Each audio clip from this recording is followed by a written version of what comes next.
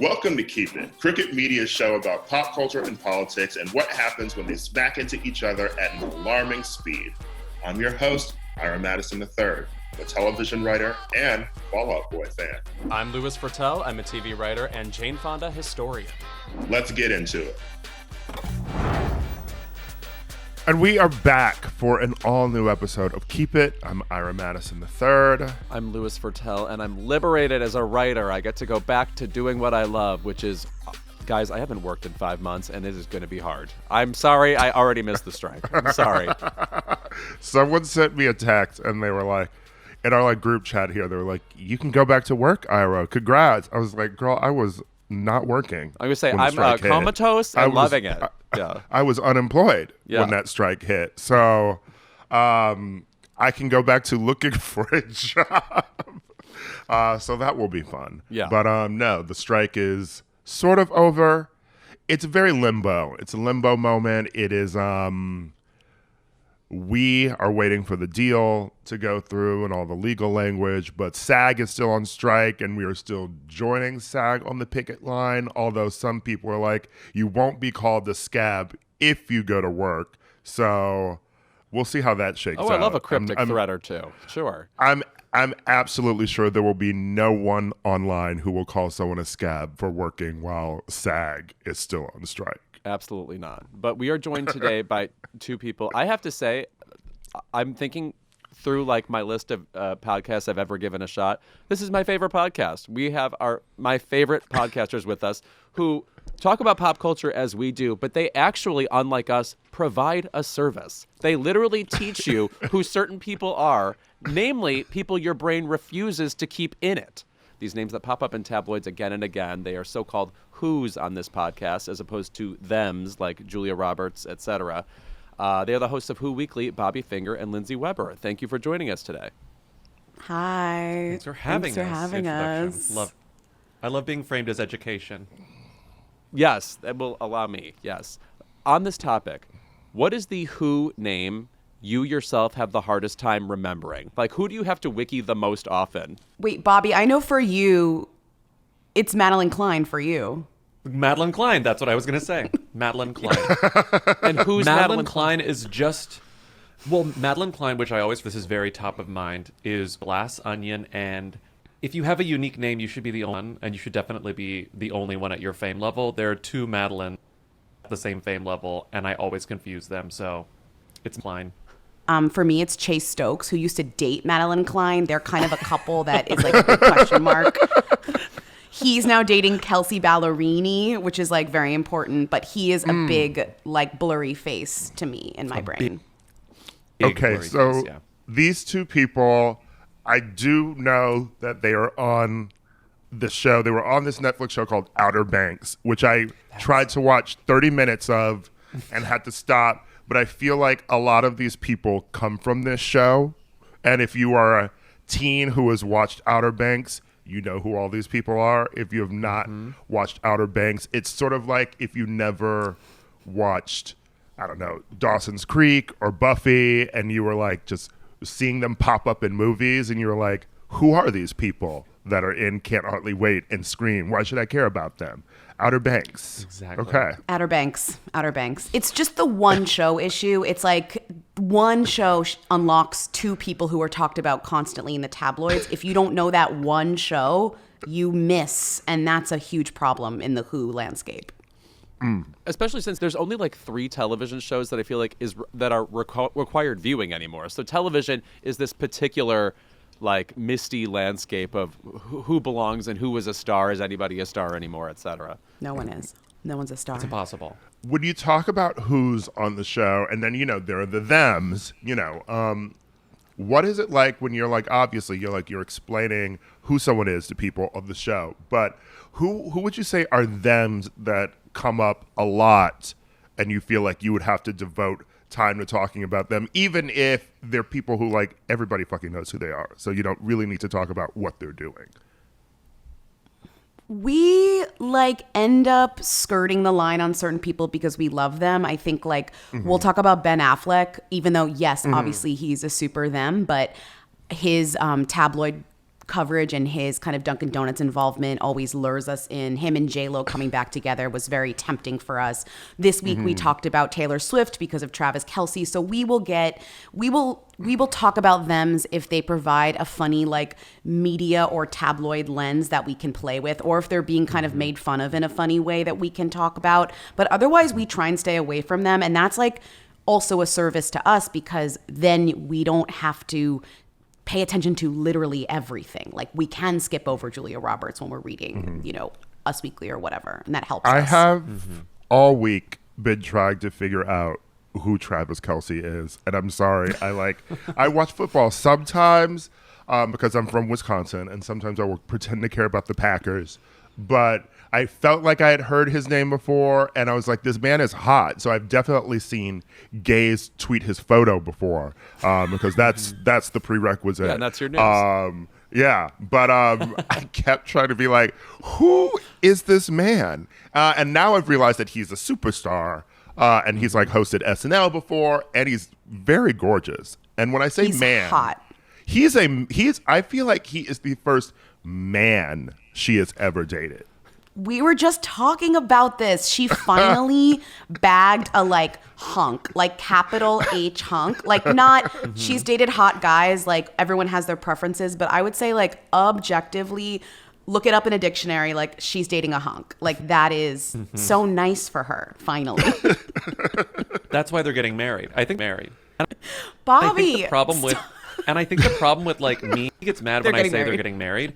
But the thing is, like, we should know better, and like, I'm sure you two feel the same way. It's like, how many famous people get married and get divorced, get married again? Like, marriage doesn't mean anything. Like, and I say this as a married person, like, it's very easy to get married. That's what I'm saying. I think these celebrities are getting married. What I'm saying is they want the event. They want the attention. I'm not saying to be together for life.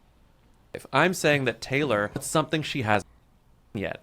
Had the big wedding. That doesn't mean she wants to be with this guy forever. That means she wants to experience the wedding, the attention, and then maybe end it. And let's be honest, probably. Who cares?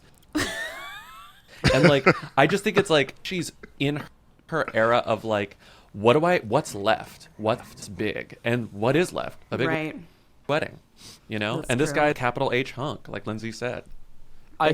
She's only had the one boyfriend who was in the movie The Favorite, but it feels like everybody she's dated before this could have been in The Favorite. Like it's like about a wand kind of like handsomeness as opposed to a hunkiness. Oh, Jake Gyllenhaal was probably very upset he was not in The Favorite. Right. Like he thinks about that. She dated pre-MCU Jake Gyllenhaal too. Like, been He hot, wasn't but he wasn't a muscled. hunk until after they did. So true. Yeah. And this is also, someone online described this as Taylor's, like she's in her American Princess era. And so seeing her go to the game, seeing her with Travis's mom, seeing her like cheering on for the game, which is so funny to me because, if you watch rom-coms and you always see, oh, there's the story where someone's dating a sports player and then they're courtside and cheering. And my thing is, has she done that before, like for high school games or something? Because me as a person who has never really cheered that much or like really cared about a sports game that much, I imagine myself dating like the football player or something. And if I have to go to the game, I would be so confused. I would be constantly looking around being like, do we cheer here? Like, that's my problem with that's my problem when I go to Wimbledon. I can follow it, but I'm like, I'm not intensely into it where I'm like, I'm going along with the crowd. If you were watching me on TV from home, you'd be like, Ira doesn't know what he's doing. It's very she wears short skirts, I wear t-shirts. Like finally she's wearing short skirts. Like I just think of that video where she's like, oh, she's cheer captain. I'm on the bleachers. Like, wow, this is like the only Taylor Swift song I know lyrics to. And like, then we're like switching. And now she's like, I'm living the fantasy. It's almost like, are you sure she's not shooting a music video? That's why sometimes she does things that are so surreal in her real life that I'm like, where's cameras? Like, are we being tricked? Like all the fans are like, is this promo for like a song on 1989 or is this promo for something? And it's kind of like, you could be easily convinced because that's how cinematic her life tends to be now or something. I hadn't put it together until you said it. Many years, for as long as she's been going to award shows, she's been known for being like the star of the show, giving everyone attention, rooting for everyone, singing along, cheering, clapping, and screaming. And it's like, but she's never someone whose job is performing that crowd. Like, even when she was dating like Maddie here at the shows, you know, now she's at a fun, like, cheering on from the family box. This is perfect cheering. For her. Perfect for her. Even the song you mentioned, Lindsey, it's very... She's such an interesting pop star in that she started I disagree already, but go ahead. With, yes. Don't get us in trouble. No, we love her.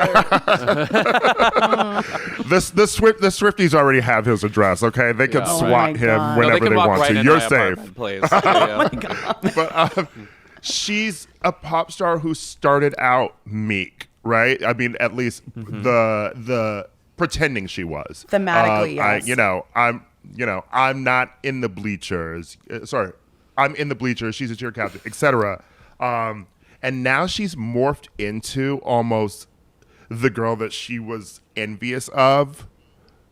She is, like the most famous girl in America now. She is the cheer captain, essentially. So, like, she's become that. And I just always think about that in comparison, with, like, not to do, like, the Beyonce comparison, but R&B music and sort of, like, hip-hop is just always sort of, you also have to have this braggadocio already. And I feel like from the Destiny's Child era, Beyonce was always, I'm that girl. Mm-hmm.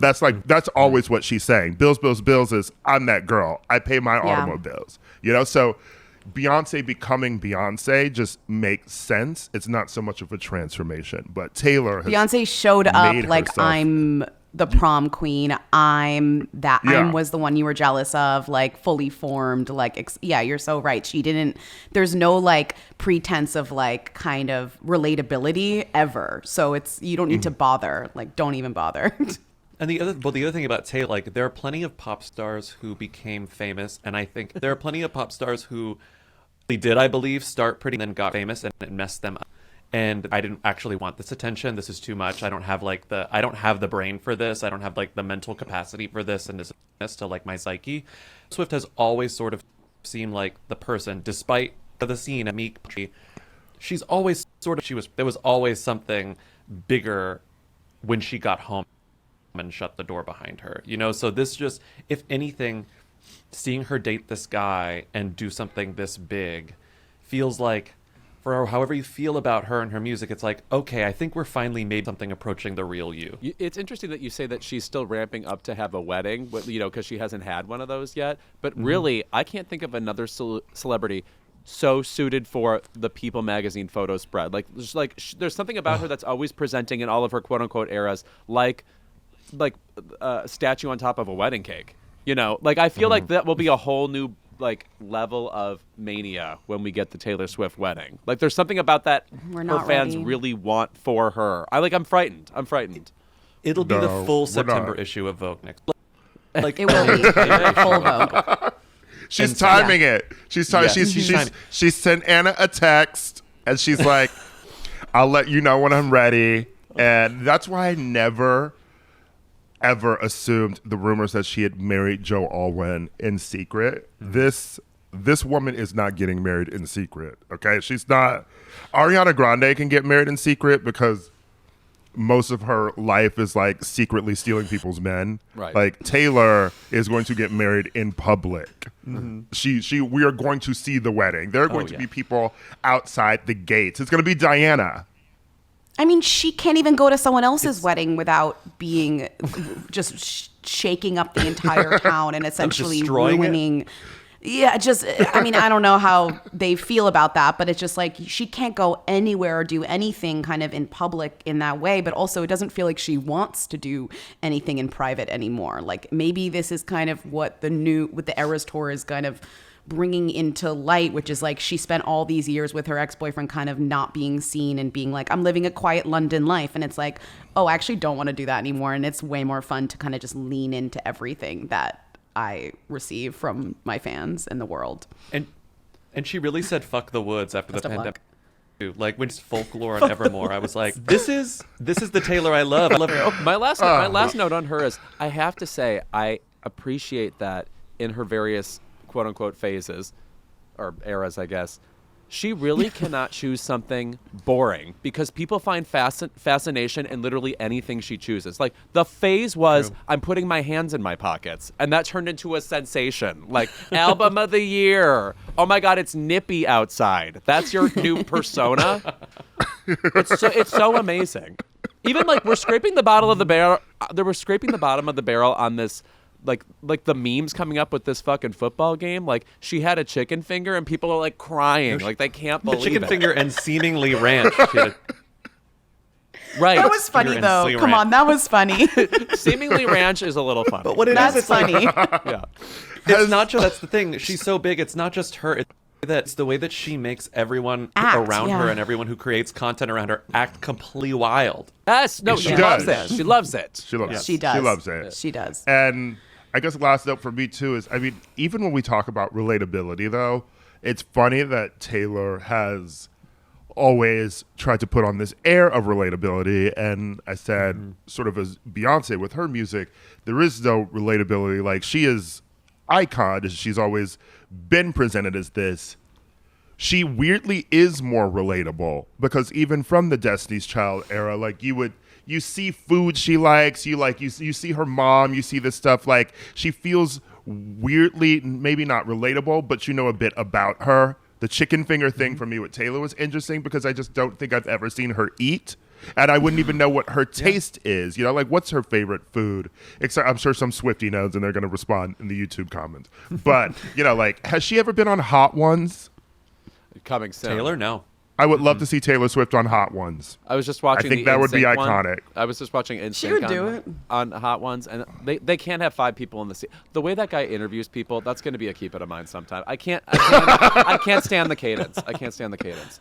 Anyway. All right. Well, we are very excited to have you both here, and we're first glad I got to figure out my thoughts about Travis Kelce and Taylor Swift. I've needed someone to talk to about it, and we're going to talk about more because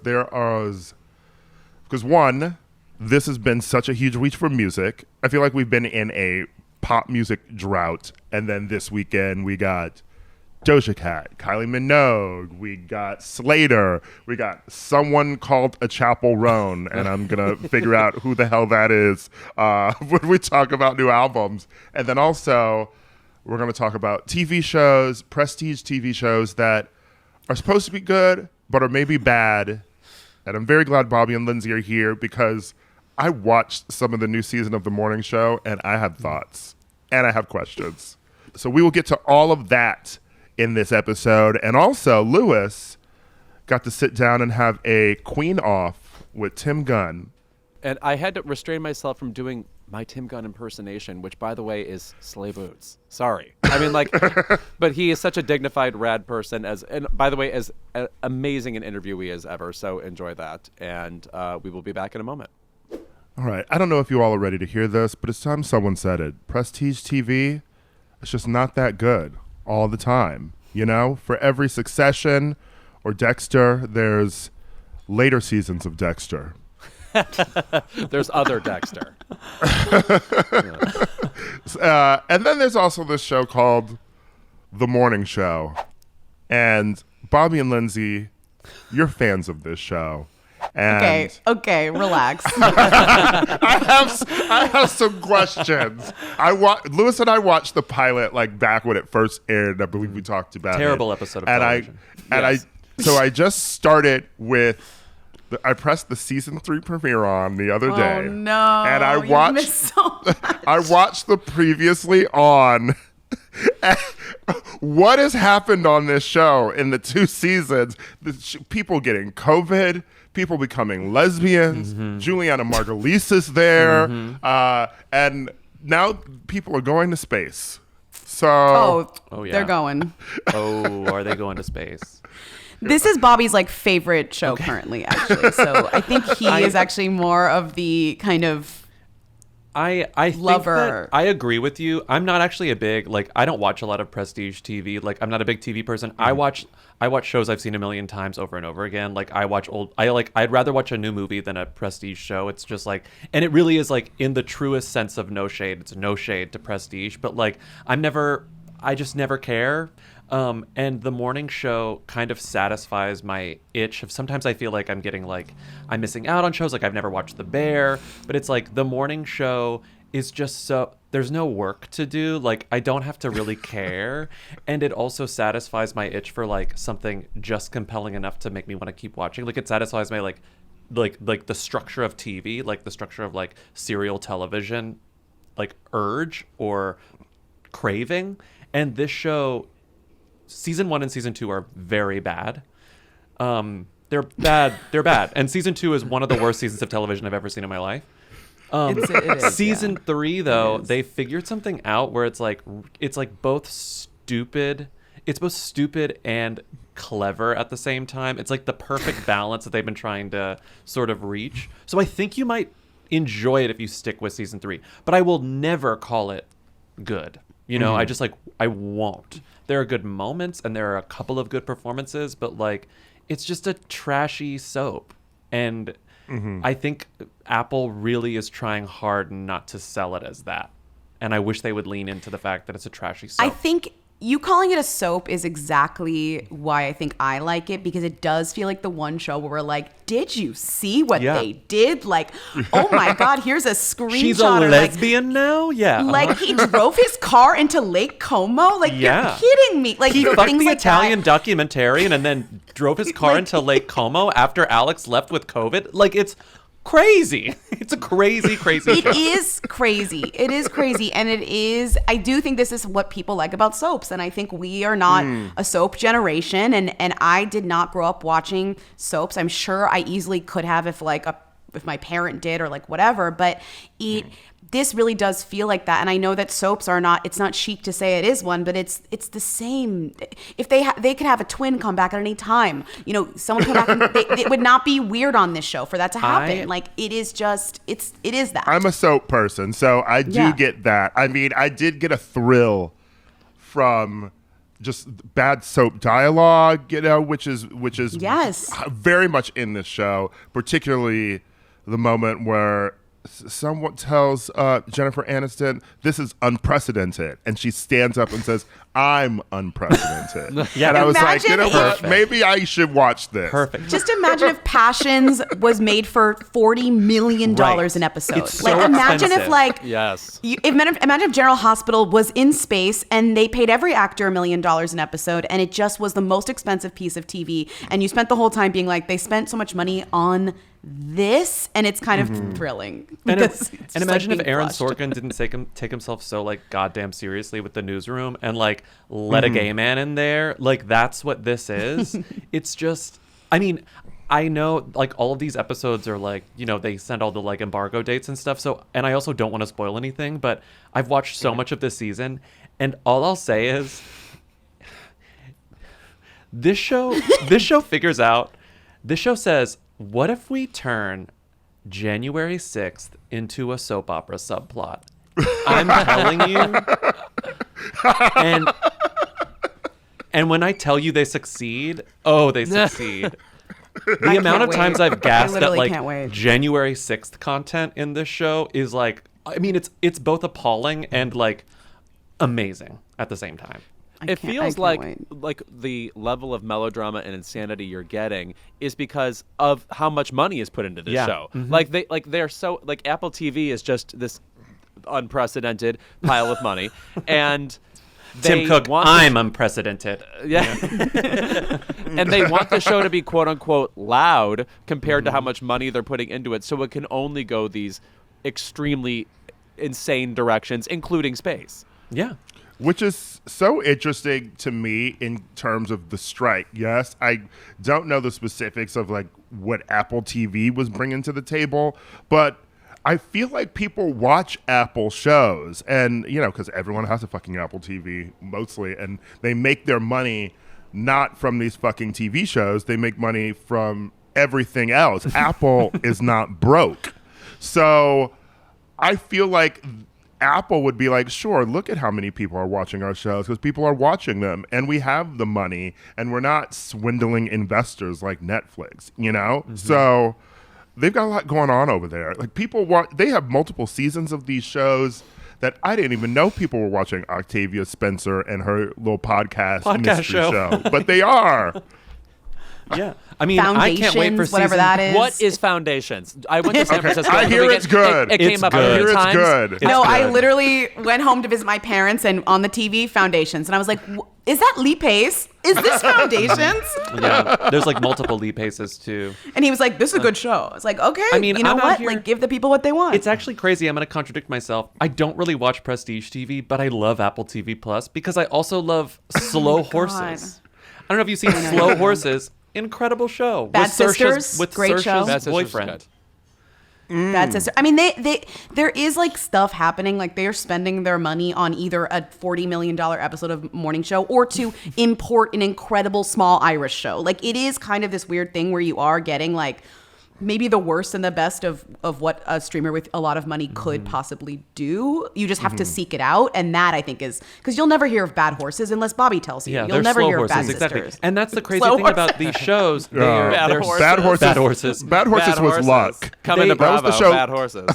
It's sort of like Can't wait. I'm shocked and honestly sort of impressed by the fact that by the show's inability to move any sort of conversational needle. No one talks about any of these shows. Like I remember watching the second season of Morning Show and suddenly Reese Witherspoon woke up in bed with Juliana Margulies and they were making out and I was like, how have I not seen a single screenshot of this anywhere? How has no one talked about this scene where Juliana Margulies and Reese Witherspoon are making out in the middle of a pandemic? Come on. I want to say on the topic of faux prestige, and I want to give credit to my friend Karen Tongson, who used to host a podcast called Pop Rocket with me. She coined the term fauxtige, which is, I believe, a giant and sprawling genre of television, most of television, in fact. When I hear that term, the first show that comes to mind is Bates Motel for me. I don't know why. And I want to try to get into this. It was a show based on the movie Psycho, so it's like we're associated with prestige. But then, why is it 5 seasons long? Why do we need this much of it? No one's really talking about it. It's fine enough. No one's saying it's a bad show, but no one's saying it's particularly great either. And this also brings to mind the question, you remember that on Bates Motel at the end, Rihanna came in as Marion Crane, which is like one of the wildest choices ever in the history of television. She's Marion Crane in the show? Yes. Yeah. So it leads up. So the show ends with the beginning of Psycho. Is that correct? It's an origin story for Norman Bates, and in the series finale, Marion Crane finally shows up, and it's played by Rihanna, and it's because Rihanna was a huge fan of Bates Motel. Oh my and God. I think if you remember earlier, I love earlier internet, right? Rihanna used to live stream on Instagram watching Bates Motel, and her fans would watch her watching it. And so she did that with the finale that she was in, and it sort of came full circle. That's so beautiful. The internet used to be cool, actually. It did. And fun. And celebrities could use it and not feel insane, and they would enjoy the fan interaction, and it's crazy. And by the way, not that anymore. Well, was that on AMC or A&E or one of those channels? Because AMC, it's like, I feel like that was a pre-Apple TV Plus sort of like dispensary for like shows that are pretty good that a lot of people watch, but I never hear about it, personally. Like that was one of those shows. Everyone would say like watch Bates Motel, but it's like, I don't know how to do AMC. I'm sorry, I can't do this. No, it's just like I heard that like 4 shows on Starz were canceled this weekend. And I saw the list of the shows. I'm like, are you sure they were shows? Are you sure they were seeable? Ever. Okay, don't talk about Run the World like that, Louis. Okay. Anyone watching American Horror Story with Kim Kardashian? Because there's a show where I can't stop seeing promo for, and yet I don't think anyone tuned in for the premiere. Like I don't even think anyone watched that. Well, we got 20 minutes nowhere. of it and couldn't deal. It was awful. Turned it off. It was bad. It came out of nowhere. I sort of was telling myself, oh, I'm going to watch it. And then I realized it was on. A friend was over, and I realized it was on. And I pressed play, and then we were like, "Let's watch something else." Yeah, Let's turn on the morning show. That reminds me of when they try to give like a popular TikToker or YouTuber like a show on E for a second. Like, oh, maybe their rabid fans will go and follow them there, but that's exactly what they don't want. So it's like no Kim Kardashian's fans like, oh, I have to go see her contend with Kathy Bates or whatever's happening on the newest season of that show. I assume Kathy's Don't still attack out Lily there. Singh like that. Precisely. But by the way, about Rihanna, she might have an even funnier filmography ultimately than Taylor Swift. If we're talking about Battleship. superstars with like who dabbled in like, because Taylor obviously has Valentine's Day, The Lorax, The Giver, Cats, and Amsterdam, which is infallible. By the way, Obviously. Rihanna has Valerian, Battleship, Bates Motel. So I mean, it's really here or there. I can't. And Ocean's 8. And Ocean's 8. Of Yeah, course, yes. Ocean's 8. Her Also, iconic part in Ocean's 8 where she's like, my friend is a magnet expert or whatever. Her most crucial part in Ocean's 8. she also has the benefit of her filmography being integral to, her sort of whole being, because Rihanna Navy came from the film Battleship. It's so embarrassing. Oh my I'm God, sorry. that's so it's an true. embarrassing reality for Rihanna that she is God, still that dealing is- with that movie. It's like if Madonna's fans were called W Ears or something. Yeah. God, it's like doing promo for that movie had to follow her entire career, and like all we want to do is forget that she did the movie at all. It was on at Julius the other day, and Perfect. Gay people I have to be enjoyed stopped. watching it on mute.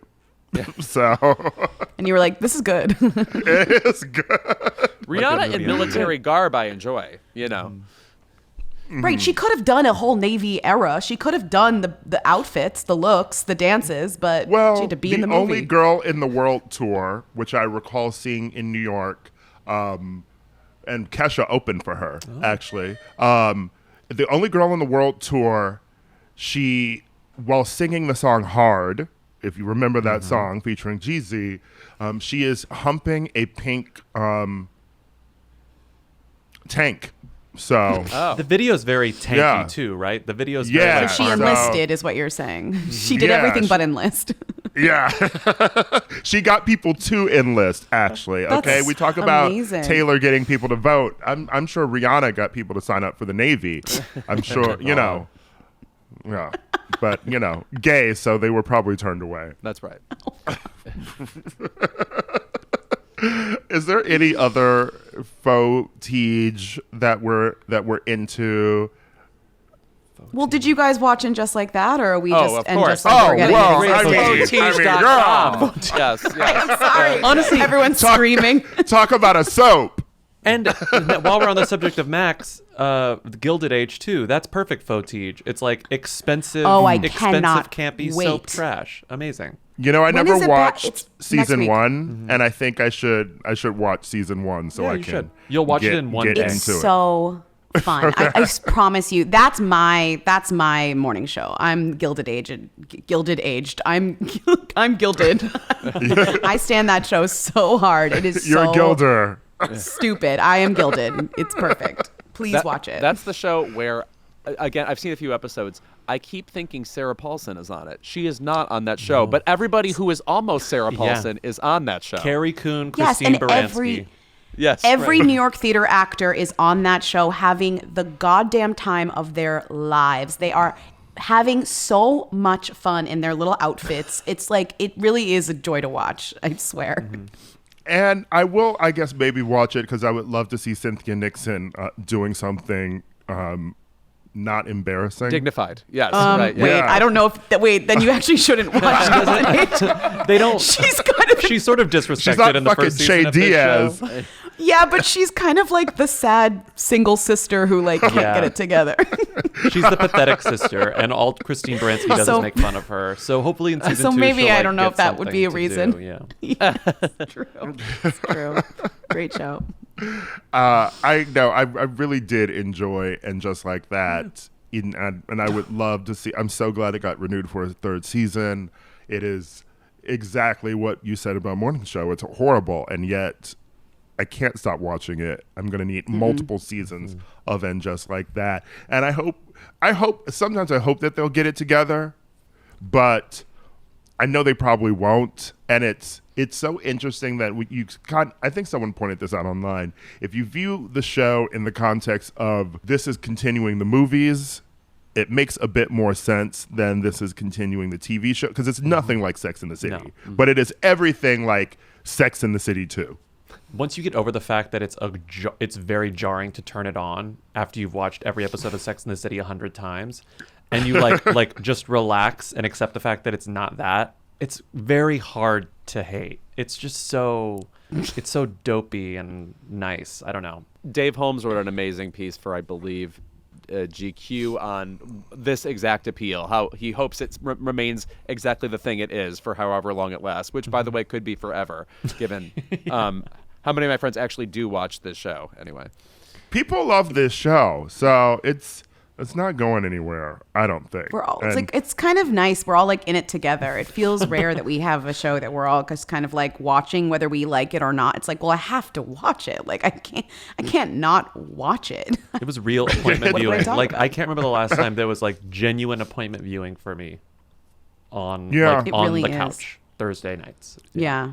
And speaking of soaps, even, it feels very heyday of primetime soaps, because Dynasty, Dallas was appointment viewing, and I've rewatched all these shows, and there are good episodes of them, good seasons of them, but there's also a lot of bad ones, because obviously you were making 30 episodes a season in 1984, and people were on cocaine and also just rushing out things for network TV schedule. And the writing feels about as good as writing on season 6 of Dynasty. So it's TV. That's what TV should be, shouldn't it? Yeah. Yep. I wish they would spend, though, a little less money on the individual episodes, just because they're not making things look good. I mean, as Bobby loves to say, when they went to Coney Island and in Just Like That, they might as well have just put a green screen up. They might as well have It looked AI that horrible. shit. It looked horrible. Coney Island's never looked like that. It doesn't even look like what I think it once looked like, or whatever. Like no real life has ever looked like that. So it's like, it does feel like kind of a waste of big, beautiful cameras to do what they're doing to television. And maybe the money could be spent better elsewhere.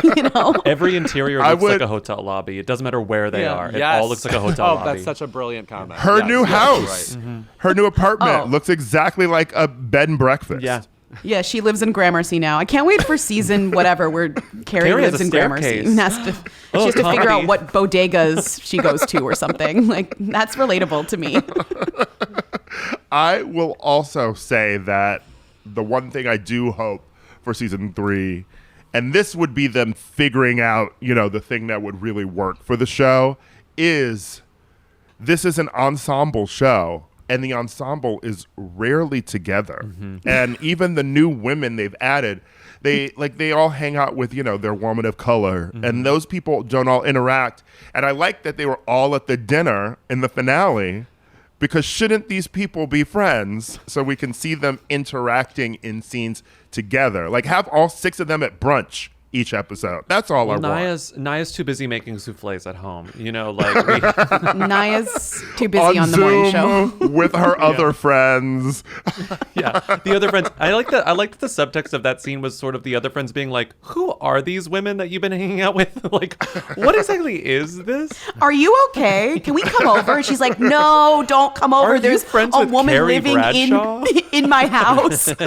Because, think about it. If you were a random college professor and you had a group of friends, and your friends found out that you were suddenly best friends with Candace Bushnell or I don't know, Eugene Carroll, you'd be like, wait a second, how did this work?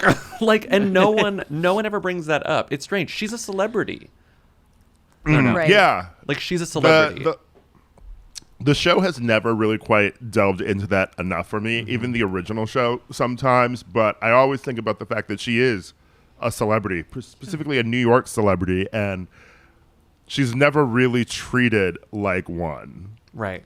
No, and it's don't always so fun in the original season where a fan would come up to her or something. Like, that happened so rarely, but it did happen a few times, and it was so Paris. charming. Like a young girly or somebody who actually did recognize her, and that was kind of fun. And in this one, it's very weird. Only at the podcast studio do people like know that she's famous, and then she ruins their whole business. Who was it? It was Kat Also, Dennings, who was like, "I fucking love you, bitch," or whatever. Yes. Like, we need more of that. No one recognizes her. We do.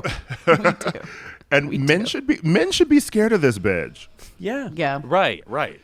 The way she would expose men weekly, like in her column, like she, like talking about the politician who liked to, who had the water sports fetish. Like she should be scary to men in New York, and I always thought that was something that they could delve into.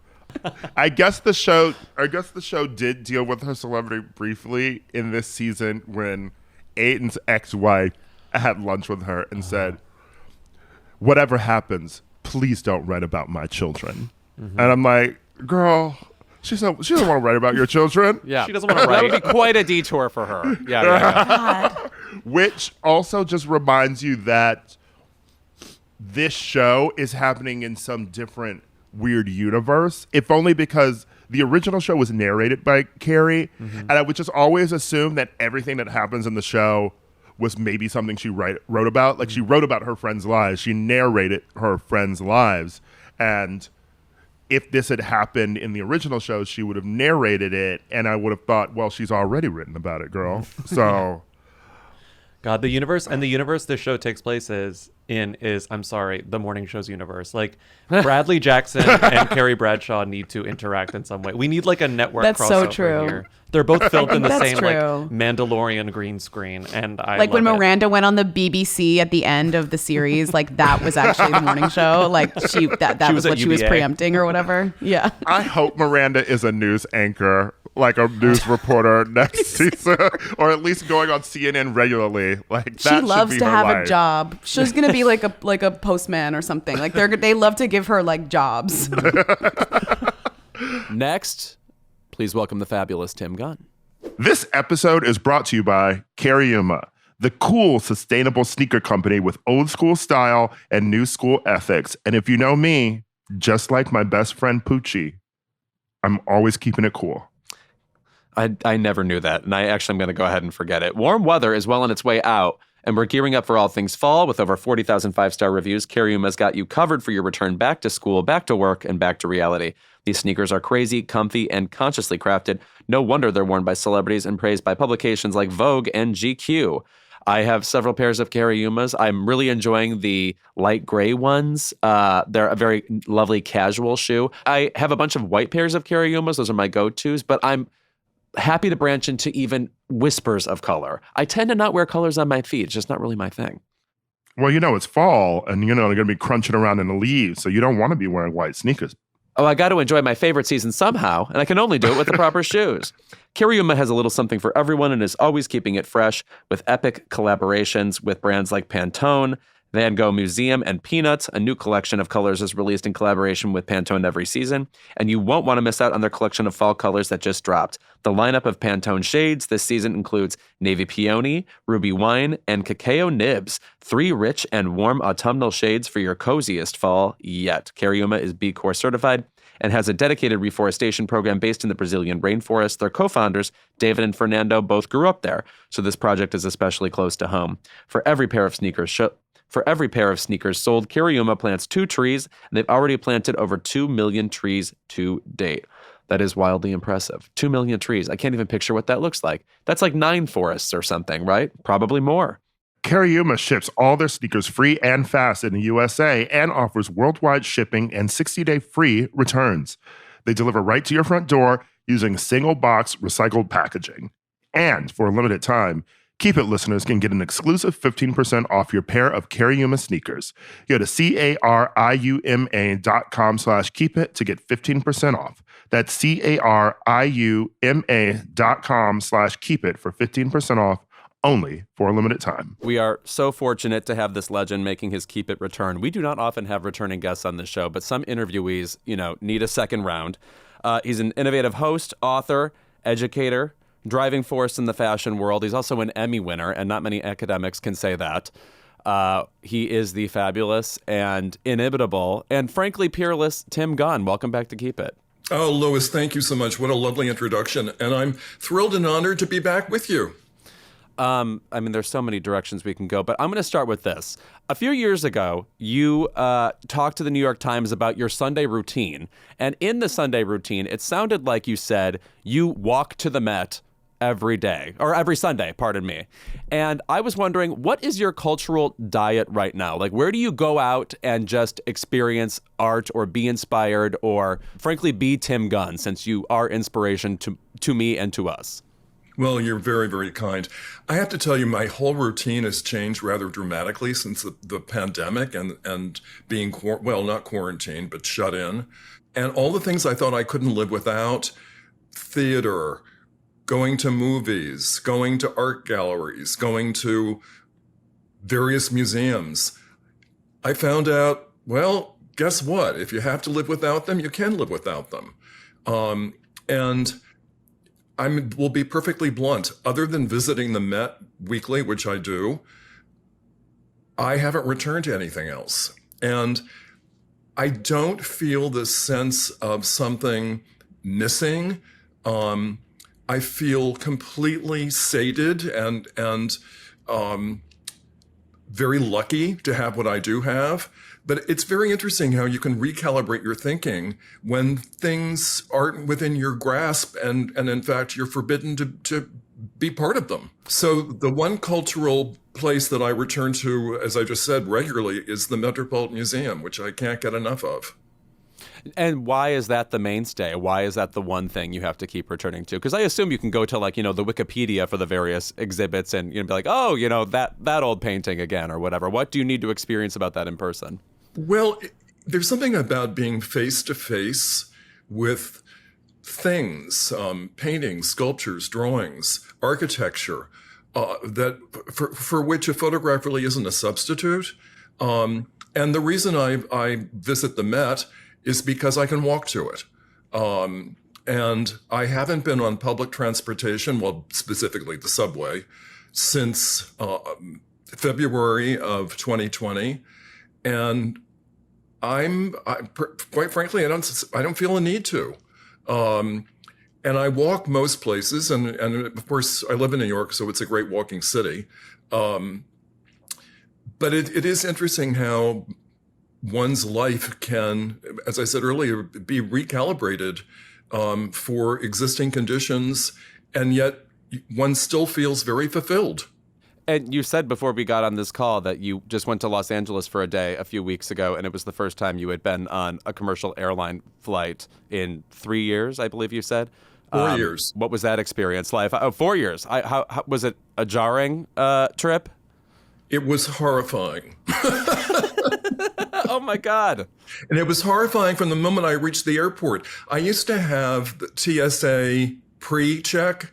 I didn't realize that it expired in 2019. So I'm in this enormous line of people waiting to do the TSA thing. I'm surrounded by a whole tourist group from China, and they were lovely. However, the people behind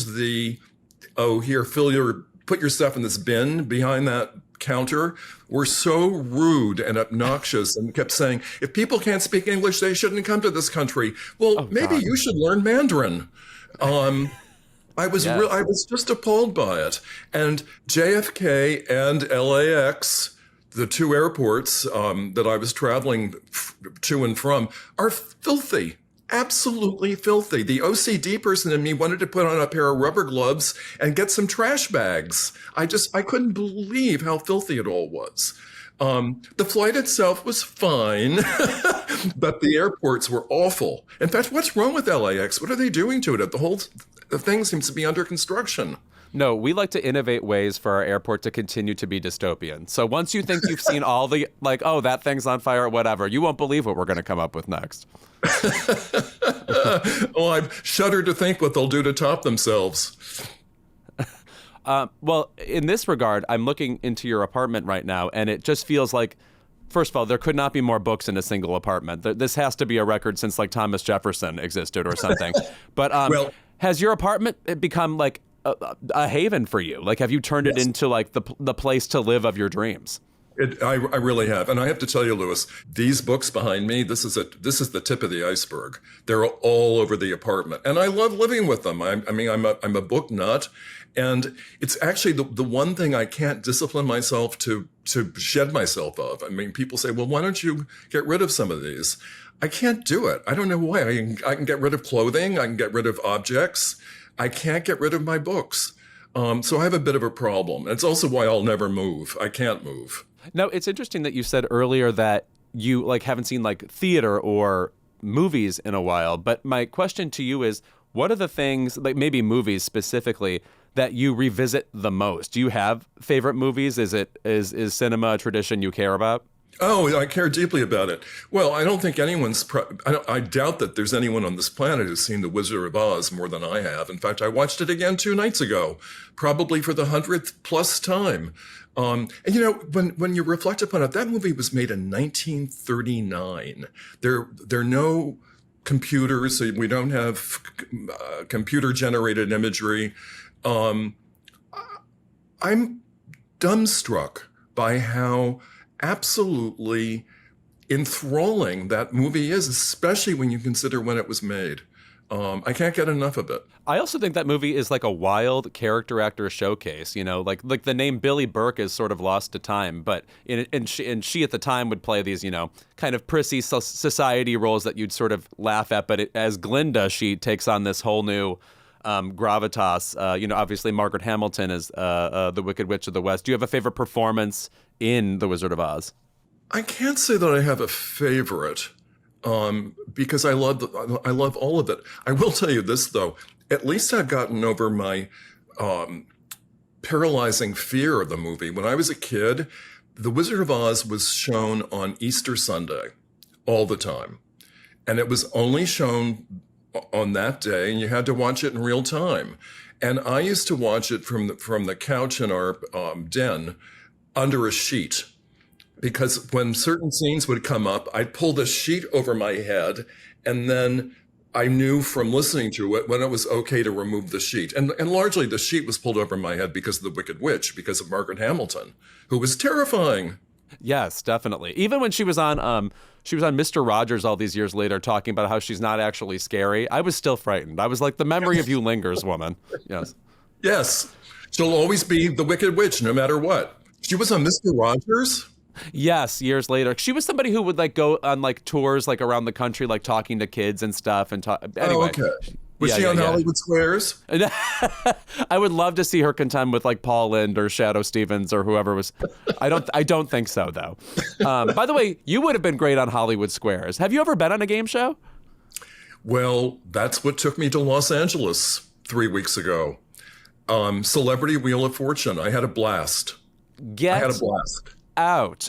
Can I ask who you played against? I played against Debbie Gibson and Luis Guzman. And all 3 of us had a blast. I assume you trounced them. I bet you can't spoil that for us. But no, I can't spoil it. But no, I didn't trounce them. Also, of course, Pat Sajak is still hosting. I do believe he is, in a subversive way, one of the funniest and smoothest people on television. I agree with you completely. I loved Pat. I loved Vanna White. And I also said to Pat, whenever he says, okay, it's your spin, you're first, he said, I don't want to be first. I want to be third, because the first person is the person uncovering the initial letters, and chances are you're not going to have the answer. The person who will have the answer is the person who comes in after there are 8 or 9 letters up there. Anyway, that's my side. But I love the experience, and they were wonderful. Okay, well, we obviously need to get you on Celebrity Jeopardy also, since you would be the most learned celebrity in the history of the show. Louis, I would have such performance anxiety, and in some ways, what's it called? Is it impersonation disorder? Something or other. I would think I'm... Imposter syndrome, yes. Imposter syndrome, that's it, thank you. Yeah, I shouldn't be here. I felt that way about Wheel of Fortune as well. I thought, oh my God, I didn't crash and burn, but I could have. Well, also, that's a show where it's okay to crash and burn, since, by even playing the game, by spinning the wheel, you can crash and burn. You know what I mean? Well, that's true. You can. And also, that wheel is really difficult to spin. It looks heavy. And they just it's not like there's it's not like American Gladiators. There's not a physical exam you have to pass before you go on this thing or whatever, Maybe there should be.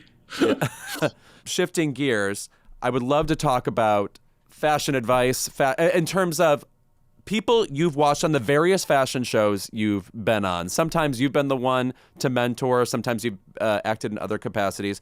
Who would you say is the best at communicating with young designers that you've worked with on these shows? The best designer or the best individual?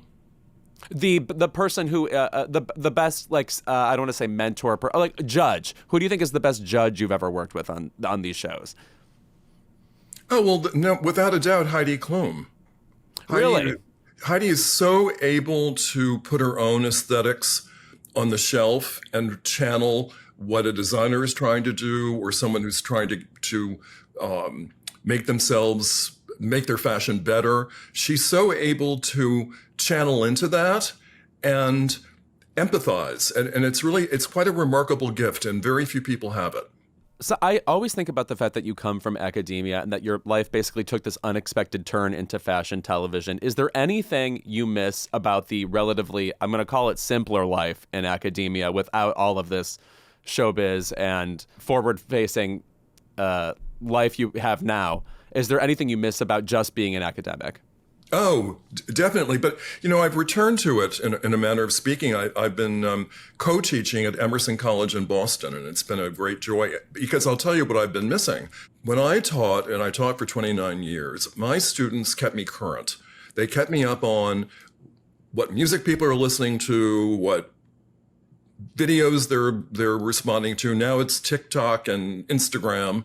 But the students keep me current. And also, I'm always so deeply interested in their perspective on things, especially given this political climate. And they're extremely well informed, I'm happy to say, at least my Emerson students are.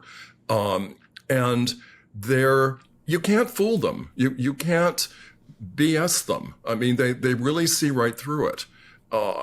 And it's been a great joy, and that's what I've missed, feeling current. Are there any subjects they've kept you current on, that is to say fashion trends, that you've taken a long time to sort of see their way? Let me explain my view of trends. First of all, don't chase them unless they're really affordable, which very few are. Let time sift through all of this, because when a trend becomes ubiquitous, chances are it's something you should stick with. However, there's a huge, huge exception. And that is, when did the legging become a pant? When did that happen? I'm horrified by it. And Louis, I have to tell you, I think that if we started wearing leggings, maybe the whole trend would stop. Well, it's not even a trend anymore. It's just embedded in everyone's fashion vocabulary, or most people's. I'm horrified by it. I mean, it's a form of undergarment. It's not meant to be on display in that way. Wear it with a tunic. Wear it with shorts. But don't parade around like you're part of Robin Hood's gang. Actually, I think it's worse in LA than it is in New York. And it's bad. Oh, good Lord, yes. Good Lord, yes. And then fold in a bare midriff, and God forfend that the legging should be the same color as your skin, because then from a distance, it's really horrifying. But yeah, there are things, rather than feeling that I've grown accustomed to a trend and it's grown on me, I have the exact opposite reaction. And also I have a theory about these things that you just can't quite wrap your brain around, which is, it's like visiting the monkey house at the zoo. And when you first visit the monkey house, you walk in and you say, this place stinks. And then after 20 minutes, you think, it doesn't smell so bad. And after another 20 minutes, you say, what smell? But anyone new walking into the monkey house screams, this place stinks. And that happened with leggings. She walked by the mirror and she said, I can't go out like this. And 20 minutes later, she said, it's not so bad. And 20 minutes after that, she walks by the mirror and she says, I look hot. No, you don't. That initial reaction was the right one. Anyway, I'm on a tangent. But I'm not a trend person, and especially with menswear. I mean, in some ways, we are so lucky that we're not women, because it's so much easier for us. At the same time, I believe you need to find clothing and a fit that works for you and that you feel confident in and feel that you look your best in, and then avoid all the things that don't. I mean, you're seeing it now. We're seeing it now. This trend towards big, baggy, oversized clothing. Well, it's fashion's pendulum. We've been wearing clothes with a very slim fit for a long time now, and the fashion world and the retail world are saying, no, you need to buy some new things. So here's a tent, wear it. And it's not flattering for most people. When you're a supermodel, you can wear absolutely anything, but those people the rules don't apply to those people. But for the rest of us, the more volume our clothes have, the more volume we appear to have. It's just not flattering. I feel like the word athleisure must send a chill up your spine. Yes, it does. And you know what sends more of a chill in that category? Expensive athleisure. It's what's wrong with a Champion sweatshirt and a pair of just gray fleece sweatpants to say, oh, these are cashmere sweatpants and they cost $1,800. Well, shame on you. You know, I have no patience for it any longer. And there are places where it belongs. Though I have to tell you something funny. During this pandemic and even now, I work out with a fitness trainer, my beloved Jason, in Central Park. And I was walking from my apartment to the park, and this person stopped me and she said, "How dare you?" I said, How dare I what? She said, "How dare you wear these clothes when you tell people that they shouldn't be wearing things like this?" I said, "I'm going to the gym to meet my fitness instructor. I'm working out. I am not going to the Metropolitan Museum." I think I maybe said this to you the last time you were on the show. I get frustrated for people that like, for celebrities that, you know, regular people find relatable because they'll just say anything to them. I feel like people must come up to you and, one, beg for advice, but two, you have such an instantly familiar presence. Like, there's something about you that makes you think, oh, I've known this person my entire life, where I don't even know what people would come up and say to you. Like, I'm sure I'd be horrified. Well, actually, people couldn't be lovelier. They're really extremely nice. And I'm very flattered by the fact that they think that I'm approachable, because I am, unless you're a nutcase. And there's but they rarely know that. They rarely know that. They need to wear a badge or something that says nut. But you can usually figure that out within 15 to 20 seconds of a conversation. And when people ask me for advice, it's generally about what they're currently wearing. I think they just want validation. The one exception in general, I'm very supportive. And I always return in kind with questions for them. How do you feel about this look? Are these things you wear all the time? The one exception, though, is fur. I'm very dogmatic about, you really shouldn't. Just leave it in the closet, give it away, turn it into a throw pillow or throw for your sofa. Don't wear it. It's not right. Is there anything, any long gone fashion, I don't want to say trend, but fashion item that you wish would come back? Good heavens, you stumped me. No, I think when we reach into the past for those things and think about reviving them, they tend to look costumey. And I would say to my fashion students when they were creating, of course you should be inspired by the past, but don't replicate it. You need to look at it through a lens of the 21st century. And by definition, it should change. Are there things that you can think of? No, I mean, I'm actually everything I can think of is sort of theatrical. Like the words zoot suit came to mind. Yeah. And I'm like, I'm sure that still has a place in some, whatever. But like, I don't know. Nothing really came to me. Maybe like a kind of shoe. I don't know. We'll see. I mean, we'll see where the fashion industry takes us. Speaking for me, I can't think of reviving anything. I can think of perhaps reinventing things, but not actually reviving them. I mean, I'll say this. I'm a fan of the neighbor jacket. I like that silhouette of the collar. And you see it occasionally within a fashion brand. I don't own a neighbor jacket, but I do have an aesthetic appreciation for them.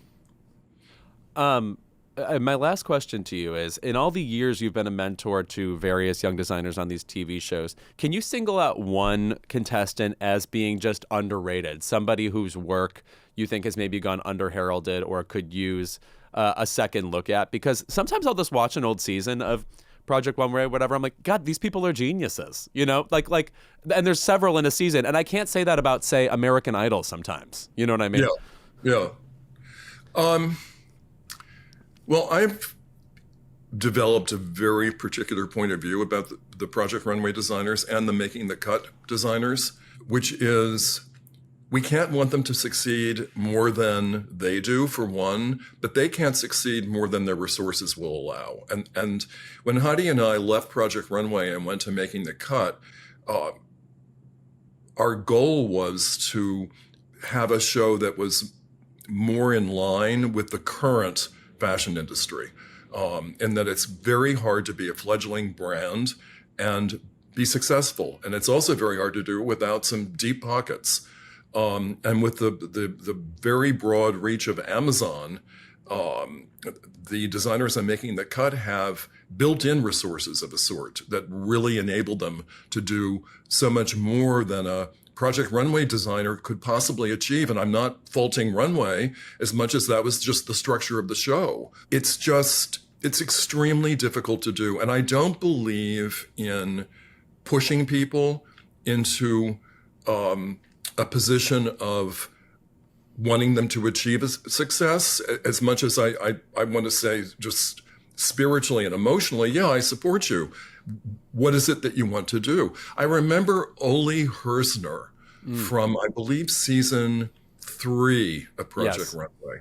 She was remarkably talented, and there was a great fervor for her dresses, which were very Miami Beach, which is where she lived. And she said to me at one point after the show had aired, it was probably a year later, we were together, and she said, I can't keep up with the demand. And I said, well, you have to let go. You have to get into manufacturing and larger scale resourcing, or sourcing rather, not resourcing. And she said, but I can't. I have to do everything by hand. And I said, well, then resign yourself to this is the way your life's going to be. It's not going to change. And it was a sobering moment for me. And I think for her too, because she realized I've done this to myself. And unless I'm willing to have an about face, this is what I'm going to be dealing with. So it's complicated in many ways, and in other ways it's quite simple. I want to encourage people to seek out Ole Hersner on the All-Star season of Project Runway 2. She was a genius there. Also, season 3, great season. Not that there was ever a bad season of Project Runway. In fact, yes, I think there was. You want to name a couple? I'll name one. It was season 8. It was the season when we Gretchen? went from... Yes, I remember, yes. It was the season when we went from being a 60-minute show to being a 90-minute show. Well, one of the things that I love so much about Project Runway and Making the Cut, but let's talk about Runway, is that nobody interferes with it. You just lob out a challenge to the designers, and they work. There's no messing around with the individuals or trying to stir in drama. Season 8 was about stirring the pot because the producers were so worried about how are we going to fill these 30 minutes. And everyone learned. Season 9 was completely back to normal, but season 8 was a mess. Oh, that makes sense. Yeah, I remember there have been various format changes over the years. But anyway, Tim Gunn, thank you so much for being here. Unfortunately, you will be called again to come to this podcast. Your time is not up. Louis, call me. I'll run, not walk. Okay, great. I'll be at the Met waiting for you. Excellent. We could do a show there. Your lips to God's ears. Let's go. Okay. Thank you, Tim. Thank you so much, Louis. It's been a pleasure, as always. Now that we're in the shadow of Renaissance and Era's summer, so far the fall has not disappointed. September has been incredible for the pop girls. We have a lot of things to discuss, so let's jump in. First of all, I would say maybe the biggest release is, of course, Doja Cat, Scarlet. Let's talk a bit about Doja Cat and her new persona. Very much devilish. I think the album's debuting within the top 10. And my friend was confused as to why it's not going to be number one. Well, one, Olivia Rodrigo is still lurking out there, and she's number one again, I believe. But also, America does not like devil shit. They really do not. They couldn't even commit to that show Lucifer. They couldn't. Yeah. Who is that guy? Is that show still on? Yeah. We don't even have a sequel to Constantine, and I've been begging for it for years. Devil or something? Wasn't he like a quirky devil or something? Like, what was that show? Right. No, he was handsome and approachable. Cheeky. I think was the whole thing. Okay, great. Love that. Yeah. What do you all think of this album? I love Doja Cat. I feel like a word I would use to describe her, and this is something this is a feeling about celebrities we used to have, and so it's rare when we get one now. I would describe her as gonzo. There's a quality about her where I'm just like, what are you going to get? It's so, up in the air, wild. She's a Muppet? That's right. Yes. Yeah. The amazing Gonzo. Yeah. She like flies off the ramp or whatever every time the show starts. Anybody who starts an album with a Dionne Warwick sample wants me to listen. So I know I'm in the right place. I think her lyrics are routinely funny, but I feel like the irreverence and daffiness sort of loses steam as the album goes on. And I don't want to call it self-serious, but it just is. It gets less fun to me as the album goes on, is what I'd say.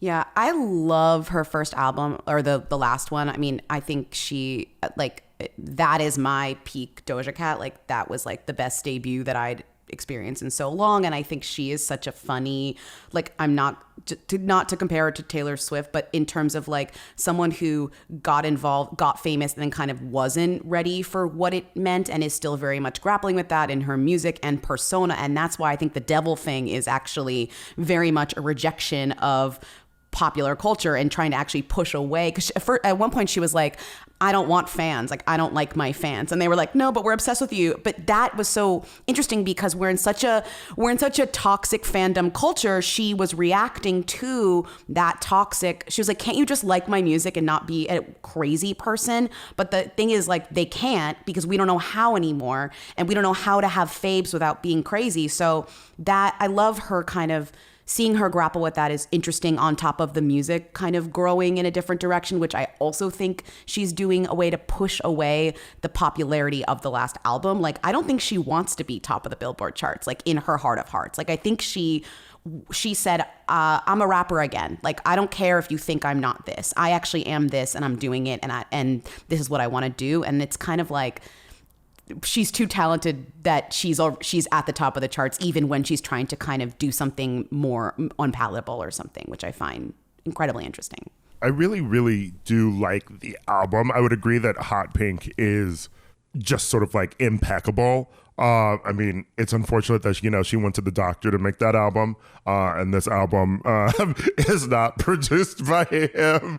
But I do love that she's getting deeper into, rap, and like I love like the the flows on this album. I think she switches it up quite a bit on each song, and I would say, not to compare to Megan, who I also really love, but there's always the complaint that Megan sort of has sort of the same flow on each song, and I would say that Doja has switched it up so much on this album, and she definitely is grappling with the whole I'm famous, I don't want to be famous. She references it so much on the album too, but when she's in her laid back sort of like chill, trippy era, like the song Agora Hills, I think is maybe my favorite that she's ever made. So that right there is a triumph. And she also has a lot of interesting samples and vibes on the album that I really just enjoy. So, and who else could make a song called Wet Vagina that's a banger? Her taste level is really high. Like, she is just, I really think so. And I think she's kind of a troll, and she started out that way, but her taste level is high. And despite being a troll and trying her damn hardest to push people away, she cannot help but be like extremely talented. And that's kind of why I love her. It gives Kanye, obviously Kanye of past, like not Kanye of present, but it gives kind of that the taste level is high. She's listening to music constantly. Her, everything is kind of, she's hearing everything and taking in everything. And isn't the album like completely her? Like, she did it all herself. Like, there's yeah, that's, I think, and obviously that's kind of a pushback to the Dr. Luke stuff, right? She's saying like, yes, that was me then, and I worked with him, but I don't need that. Like, I did it, but I don't need it. And it's kind of It's cool. I actually would like to see a whole bunch of pop stars just release a group statement being like, yeah, we're still going to do this, but by the way, the fans are the absolute worst. Like, truly what we have to contend with every day of our lives, sometimes on stage, sometimes online, whatever, could not be more horrible. I can't believe we're still doing this. I mean, they're scared to do it. They're scared to say fans. it, right? Like, that's the problem. And she was the first to kind of be like, I actually don't like what's going on here. I mean, and I don't, I think different celebrities have had to disavow their fans in certain situations where they've been like, fans are saying this, but I actually don't believe this. But she kind of just did it like flat out. Like, yeah. I mean, there's also people who use their fans as hit squads. So, there's also that thing where it's so many other celebrities are like, yes, my fans, I want them, to attack my haters or attack even people who vaguely disagree or don't like a sort of song of mine, and then you try to have people who interact with their fans normally. It can be hard to strike a balance. But if we want to talk about a pop star who maybe should read a little bit more online about what her fans like, I would say it's Kylie Minogue, because I love her. I love her so much. And there's a lot that I like about Tension. This is not a good album. I don't know. It's growing on me. It's growing on me. I think the material is poor. And I think that if you're Kylie Minogue and you've been in the game this long, you should not be getting pop songs that feel like they are B-sides to disco. Like, where are the bangers here? I will say it has the patina of Kylie we always get, which is the ethereal rush. That's how I would describe what she brings, generally speaking. Like the galaxies are sort of soaring by and this sophisticated woman is taking us on, an intergalactic trip. That said, it does feel like these songs could have belonged to any era of hers. It could have been from disco, it could have been from Aphrodite or X even before. I will say the bonus track, Love Train, I fucking love, specifically because it sounds to me like Dragonette, which I feel like was a very underrated pop moment in the between 2010 2013 or whatever. Also, I'm sorry, there's just something about her voice that puts, I don't want to call it like it's not like ASMR, but there's just something about her where there's a cool sophistication that I feel like is generally lacking in other pop vocalists. I feel like she's just a sophisticated person, and I listen almost for that quality more than I do the hooks. She has an audiobook voice, it's very soothing. Yeah, I gotta say, I'm not a Kylie girl. Like, she's not my diva. Like, I like the singles, but I don't follow along. I like the album. I'm kind of like, this is mid. And also, is Padam kind of like a fluke in a way in terms of this kind of everything colliding at the same time, which is kind of magical on its own, but I do feel like maybe the album doesn't even kind of contend with Padam, like it didn't even know that was going to happen or something, and then it couldn't like figure out how to work with it or around it, and it's like, that's okay, because that happens all the time, especially with like viral hits, but I kind of expected one thing from the album and then was kind of like, oh, like this is still stuff that like is not my fave, Over the weekend, I rediscovered the theme to Ricki Lake from the 90s. And I don't know if you've watched that recently, where she's like sitting on a stool and kind of like has light swag, as Ira put it about Ricki Lake. The theme song to that show sounds exactly like Mario Kart victory music from Super Nintendo. And it's like, so now I literally think of Ricki Lake as a contender on Mario Kart winning, and that's the music that would play as she wins. But anyway, please look up this theme. It is a banger. I can't believe how good the Ricki Lake theme is. Well, I personally think Princess Peach could benefit from Ricki Lake's help, because something's going on with this being kidnapped by Bowser. You're letting him in at this point. Are you victim blaming Princess Peach? I think she gets off on it. I think it's a little 50 Shades of Grey sort of thing. 50 Shades of Peach. Not again. Me getting kidnapped for the 25th time in my long career as princess. It's like, maybe you should be governing or whatever. Like, what are your politics? You brought up Love Train, Louis, and I think Kylie has the same opinion as Bobby, because one of the lyrics on Love Train is 99 lives, Super Mario, wanna be with you and spend them all. Doja Cat wishes she had that flow. Cole Porter wishes. Come on, those lyrics. Yeah. Okay, now we could shift to the section of music that was maybe more in line with needing Lindsey and Bobby's help, because we also have an album from Slayyyter this week, and I adore Slayyyter. I'm friends with her, but also, would she be classified as a who? Yes. Heavy who, yes, definitely, yes. Big who energy. She's an online person, though, too. And I think I just read an interview with her that Tobias Hess did with her for Interview Magazine. And she seems to be a person who also sort of gets that about her place in music. And she loves being a who, to be honest. I think that she discusses not wanting to sort of be one of these like main big pop girls. She just wants to make her music. And she's sort of deconstructing fame a lot in her songs, and I find that interesting. And I don't know, I think the album has a lot of really good songs on it, and it's one of my favorites that came out this week. I love that genre of pop girl, and I think they accept it to varying degrees. Like you have your like Tinashe, who I think always wants to be greater, always wants to be a pop star, but is, to me, in one of the best positions you can be in music, which is like working, touring, able to make music the way that you want to make it. You have fans. You're able to do promotional deals. You're making money. You're like, that is a perfect area. Carly Rae Jepsen, like these girls are kind of like, they have like a little bit of success, and then the rest of their career they kind of get to coast off of that. I guess they're always reaching towards the next successful moment, but I always see them as like, that's the best place to be. No one's bothering you. No one cares who you date, really. You know what I mean? Charlie, like it's a great genre, you know, and they're all able to be so creative, which I think is the bigger girls maybe aren't, you know? Charlie hates that though. Charlie wants to be the most famous pop star on the planet. She wouldn't be Charlie if she wasn't like, I need to be the most famous girly in the world. I will say something that concerns me. I want to say that I enjoy the Slayyyter album. I think the song I Love Hollywood is amazing. I just love how many of the songs are her screaming at you that she's doing drugs currently. I am a woman with a problem. Here I am. For instance, one of my favorite eras in pop music, the late 80s, when there's these 5 particular women who all sound exactly the same. And I'm talking about early Janet, Pebbles, Jodie Watley, Paula Abdul. They all had the kind of same sort of street sound, sort of squeaky vocals, and they all feel like a class to me.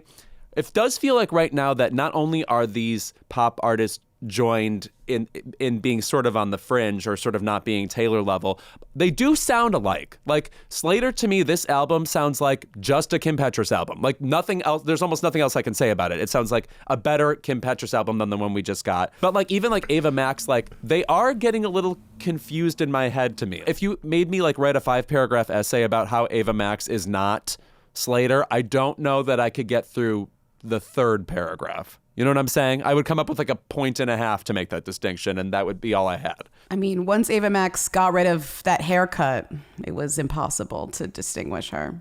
I'm still mad about that. But then you have the problem of Kim Petras getting a Grammy, yes? And so that sort of puts her on a bigger stage, and yet are people coming to see that stage? Because people are tweeting, you know, photos of she has bigger spaces now because of the Grammy, because of that hit from Unholy. But is the audience there to come and see these shows? You know, it's like she's Icarus now.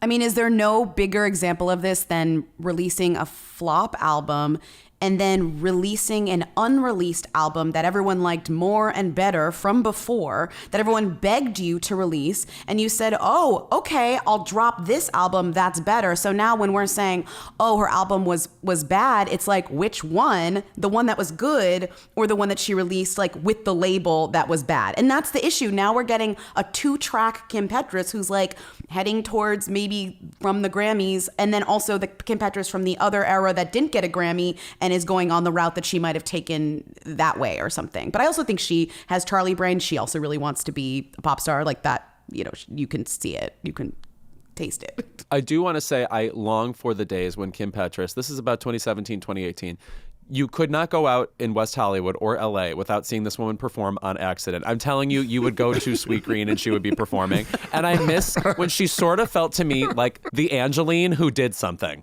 You know, just like, oh, like I was trying to live my life and I had to listen to your 3 singles again, you know? It's like Showtime. Like you're on the subway, you're seeing the same guy. You're like, you're good. She's at Sam's Club in like Greenwood, North Carolina or whatever. She did do Ava Max did do a Sam's Club performance. And that was interesting to hear about, you know? I love Ava Max. I still feel like she's like a liar because of obviously the story about how her hair, she used to have that asymmetrical haircut. She had that whole story about how she was cutting her hair, then she was cooking once and like something was burning. And I was like, girl, this is a lie. And I think I've told this on the show before, but I went to the Grammy Museum where she was being interviewed, which already sounds like I'm lying. But she was telling a story about how the song Kings and Queens came about. And, you know, she said, I'm on a date with this guy and he's got a lot of money, you know, it's LA. And he's like, you know, like, get whatever you want, baby. Like, you know, like, get whatever you want. She's like, oh, I'm not really hungry. You know, I'll just maybe have some fries. He's like, get the steak. You know, I got it. I'm paying for it all. And she was like, in my head, I'm thinking, I'm no damsel in distress. You don't need to save me. And that is how Kings and Queens was born. And I'm like, bitch, that is not true. You showed up at the studio and someone said, here's a song I wrote, sing it. God, we shouldn't even be asking for song stories at this point. Right. We gotta make them up on the spot. Kylie, how did you come up with Green Light? Well, I was driving in Los Angeles. But anyway, we have one more who to talk about. And this is Chappell Roan. And I have been saying who about this girl for quite some time, just because when you're around gay men who listen to this kind of music and you're watching YouTube videos at home, etc. It's a afters, it's a pregame, it's a whatever.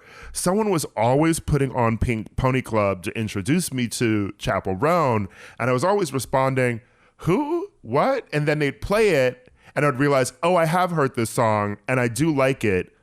But after hearing it, it went completely out of my brain and this woman's name went out of my brain. But then I listened to this album this weekend and it took me till truly last night to, because I kept forgetting to. These songs are bangers. So I don't know where she came from, but I'm excited. I remember her from TikTok. She sounds very Cyndi Lauper to me, to be honest. She sounds and also Cyndi Lauper-y. her predilection for hooks too. It's very hook-oriented music, I think. Well, we think that is all the pop music that came out this week. But if there's any other ladies that we haven't named, please tell us in the comments. All right, when we are back, Lindsey and Bobby will join us for our favorite segment of the episode, Keep It. And we are back with our favorite segment of the episode, Keep It. We'll let you go first, Lindsey. I'm going first? Okay. You're one of our guests of honor. I'm going to have to say, Bobby gave me this one because he knows I've been on a run recently, but I need to keep it with the new Kristen Cavallari, like, I'm real, I'm honest podcast. I am so sick of these celebrities promising me honesty and their true selves and their true personalities and then giving me absolutely nothing. This woman, we know you're a bitch. We know you're real. We want that from you. I've seen you on TV for so many years. Like, you are finally saying it's time for me to do a podcast and you're going to give me one of the most boring, self-help, bettering myself, like whatever. No, be real, be rude. Like, it's unbelievable. The first episode, I was like, talk about how you're divorced now and like, let's go in, and nothing, just the most, I'm healthy, I'm happy, whatever. Good for you. Then you don't need a podcast because it's so boring and I hate it. And you can keep it. And all these celebrities with podcasts either come to the table with something good or just don't even bother. That's my rant. Wow. We are in a real era of just truly every fucking celebrity has a podcast now. Yep. And it really has to stop because I also don't know what so many of them are talking about. And so many of them are I get the ones who are recapping their old TV shows, like there's the OC, there's The Office. I would, get James Vanderbeek to do a Dawson's Creek one. I would love to listen to that. But people like, Imrata or something, at least people listen to hers, I think. But it's just like a glut. Like half of them, they don't want to do themselves. So Sony's I guess they weren't. We're adjusting. I don't know if she's actually canceled. I think she might find another way to keep talking but still. on the internet. But I just am like, these people half the time don't know what they're signing up for and don't even know that they want to do it. And they're just like kind of presented with this like, oh, talk. And like people will tune in, listen, and will pay you.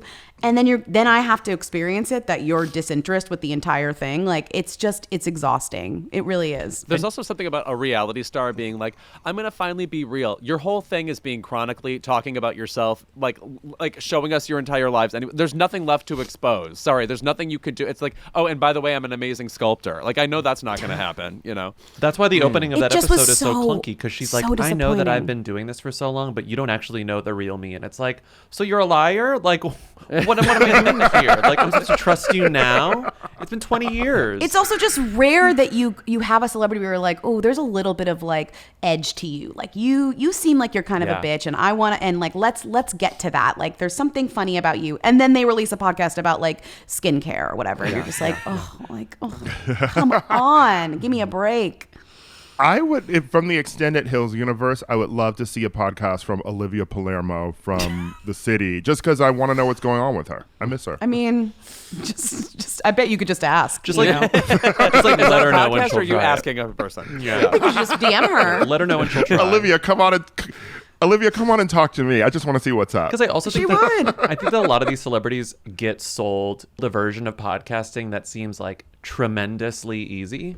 And I think that when they realize that it's not just them showing up and talking and that they have to do like a little bit of work, they're like, no, that's not what I was told. I thought I would just do this. That's, I think, why so many of them in, because they realize that it's like maybe 20% more of an investment in time and I don't know, mental capacity than they thought it would be, which is, I think, totally fair, because that's how I think it makes sense to think that you just show up and talk into a mic and it's fine. Yeah. But once they realize that not it's everyone like can be busy work, Phillips. Not exactly. everyone can be such a chronic oversharing person that they're like, this is perfect for me. I'm ready. Frankel. I'll tell you about how I got coffee this morning. I'm happy to do it. But I think a lot of them actually don't want to do that. And like then they realize like, oh, is that what this is? Oh, I just thought we were going to talk about like my skincare line or like my store that I sell like scarves in or whatever. Yeah. It's like, no, boring. You're talking about Bobby. What is your keep it this week? My keep it.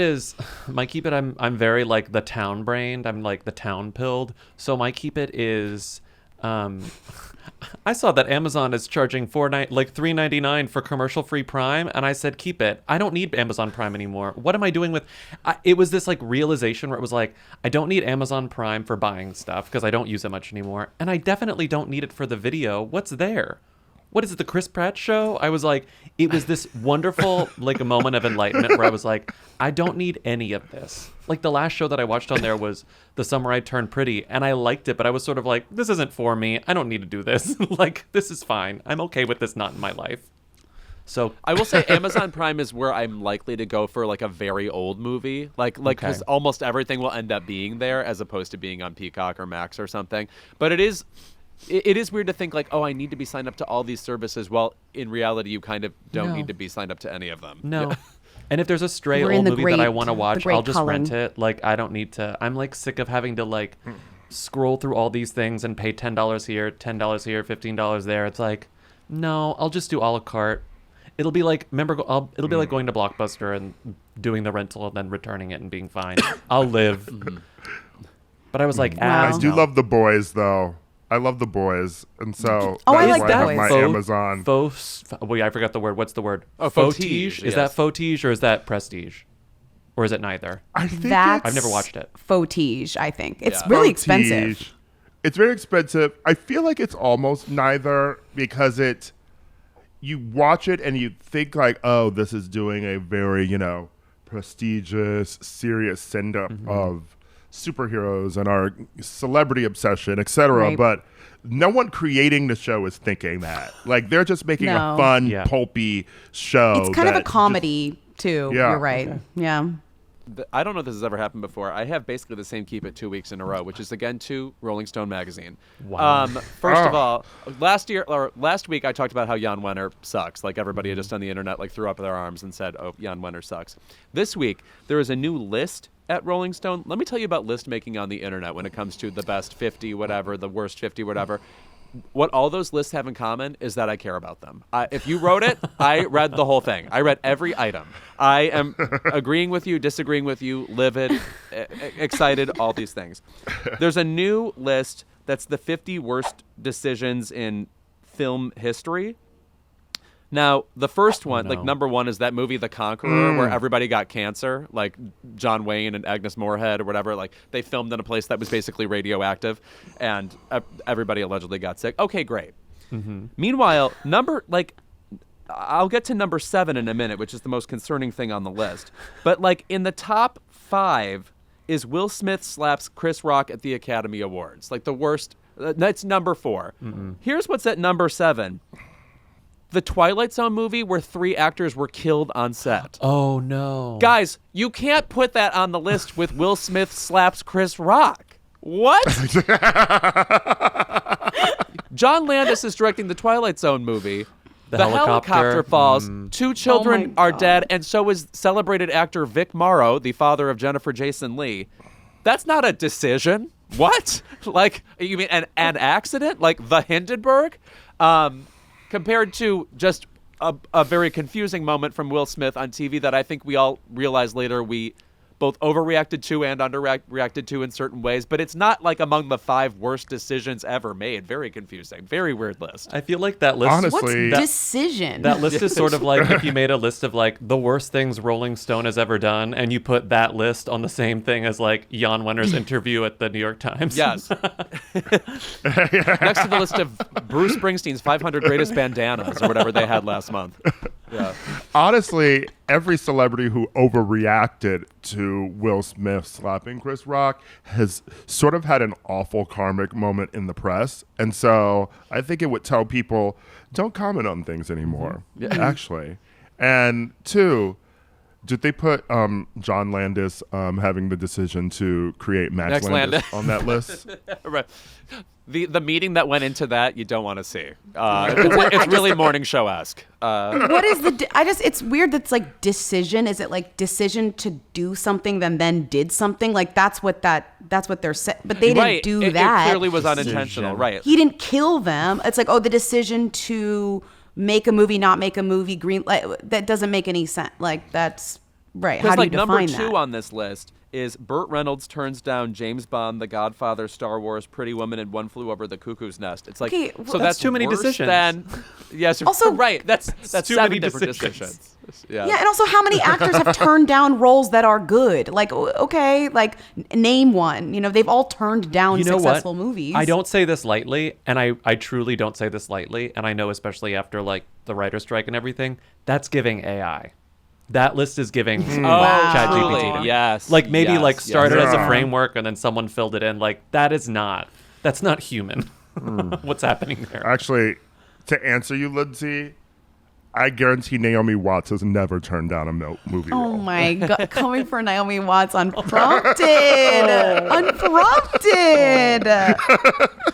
Okay. Who is now married to Billy Crudup, who is the star of the morning show, and now we're back. Back to the morning show. Yes, back to the morning show. Yes. Okay, can we get her on the morning show? Oh. According to you, she's available and she's already auditioned. He's not offering. Meanwhile, you know who I would love to see on the morning show? Billy Crudup's ex. Well, let's get Mary Louise Parker trembling in a newsroom. That'd be a fucking thrill. Has she done a Prestige TV thing, or am I that we didn't care about? Like, Weeds. But Weeds.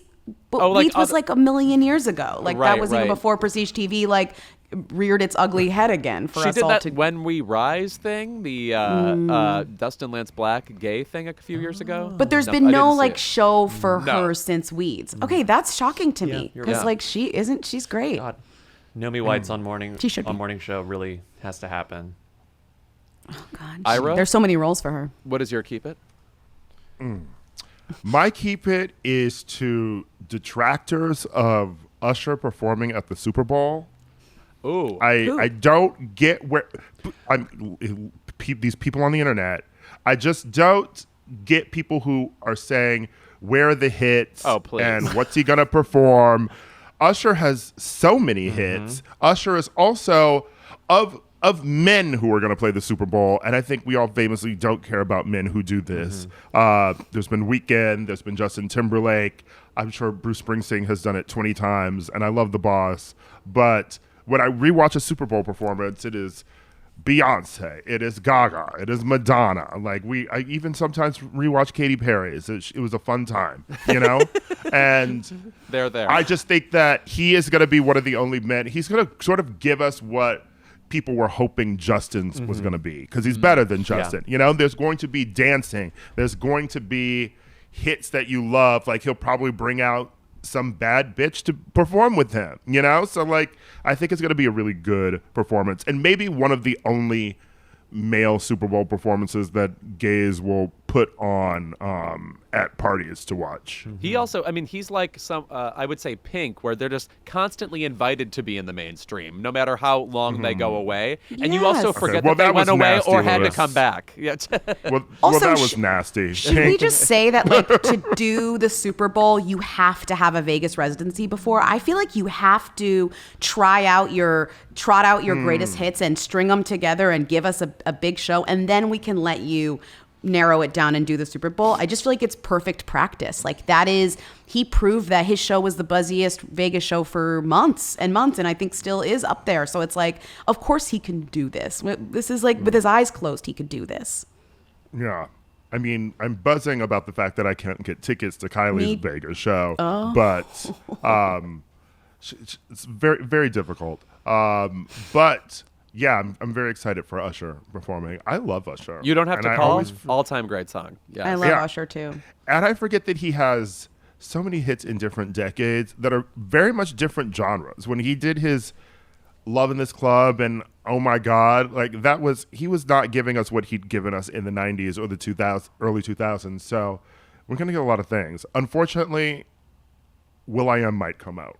Well, also, I want to say about Will.i.am Usher, could this always is- like appear. That's the thing Yeah, about he'll Will.i.am. always find a That's just, way. yeah, that's could a always life appear. danger.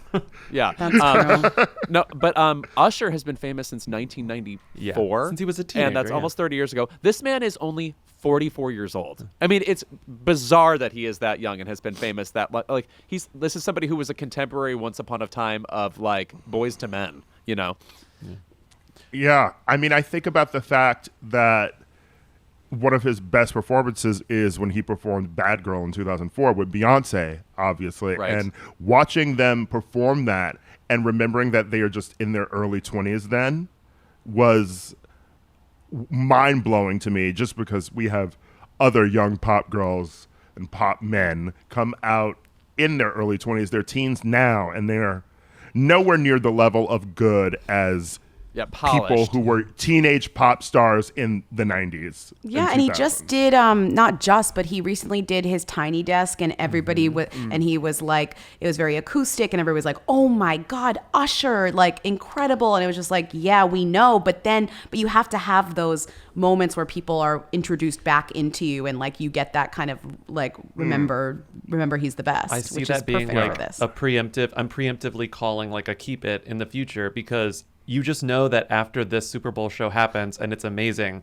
there will be plenty of like pieces online or at least tweets that are like, wow, who would have thought that was so good? He really does. I found myself recognizing every song that he sang, and it's like, yeah, people are going to be very annoying about how good this was the day after the Super Bowl. Good. I think. I or hope one it's of that those good. or one of those what's that one website that always, I feel like the headline is always, who is blank? And it's an explainer for That's our people, but entire it's show. always someone where we know who the fuck they Hollywood are. Life. So- That's our Hollywood entire. Life. It's Hollywood Life. That's our like Hollywood entire Life. show is like that headline. It'll say, who is Usher Raymond? 15 things to know about the Super Bowl halftime performer. Yeah, that's It it. will be that. It will be that. The headline I saw already this week was, will Usher be able to top Rihanna's Super Bowl performance? And I was like, did you see it? Rihanna has topped Rihanna's Super Bowl performance. Wow. So But no, I think gonna be great. that'll be back to dancing. That'll be back to like theatricality. Like This is not going to Wait, be some is Travis- stationary Usher, on stage. Wait. Travis Kelce played in the Super Bowl last year. Travis, right? That's his name. And is he going to play in the Super Bowl this year? Like, are we going to get like a Taylor Swift at the Super Bowl supporting her husband, Travis Kelce, because they'll be married by then or I whatever? actually found that incredibly stressful. Is his team Sorry, I good? just thought of it. Is his team good? Yeah, well, they were at the Super Bowl last. They were at the Super Bowl last year. I just googled Like, Travis The Kansas Kelce City Chiefs. team. Oh, the Bobby, Chiefs. what are you even Googling? Travis, Like, you want to see the- Travis Kelce team? ? I actually don't know why I put a question mark. It's the It's the Chiefs. Kansas City Chiefs. Okay. Which I've already been thinking about the fact that Beyonce is closing the Renaissance tour in Kansas City, and I'm like, will Travis Kelce be in attendance? Because it's Kansas and Beyonce, and will Taylor be in the audience? I'm sickening. Why would you even just say that? It's so early. Would Beyonce bring Tuesday. her up? No, right? But maybe. they don't have a song together. What would they do? She would be like, Say hi to my friend. 15 years ago, I gave this white girl a thing on stage. Taylor, come back out. I mean, they literally won the Super Bowl last year, so Okay. I feel like the likelihood is low that my fantasy will be Yeah. realized. But you never know. Yeah, because they're not the Patriots, Okay. where Tom Brady stayed at the Super Bowl. Right. He lived there. Love us Yeah. talking about sports. Chiefs. Okay. Good try, everybody. Yes. Anyway, Lindsey, Bobby, thank you so much for being here. It was really exciting. And Thanks for having I us. also have to say that truly, many friends that I had texted that you guys were coming on this show, they were like, this is my crossover dream. So, It was great. Ours Thanks for too. having us. It's Much about time. appreciated, guys. Thank So you happy to be much. here.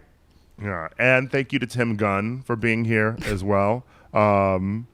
We'll see you next week, but I will see you on Friday with an all-new episode of Keep It Real. Which you always do. I'm keeping it real like Kristen Cavallari, all right? You're getting the real. Oh my God. You're Someone finally has to keep it real. She'll never keep it real. After 6 years of Keep It, I'm finally going to give you the real me. Oh my God, And it's we've on been begging. Fridays.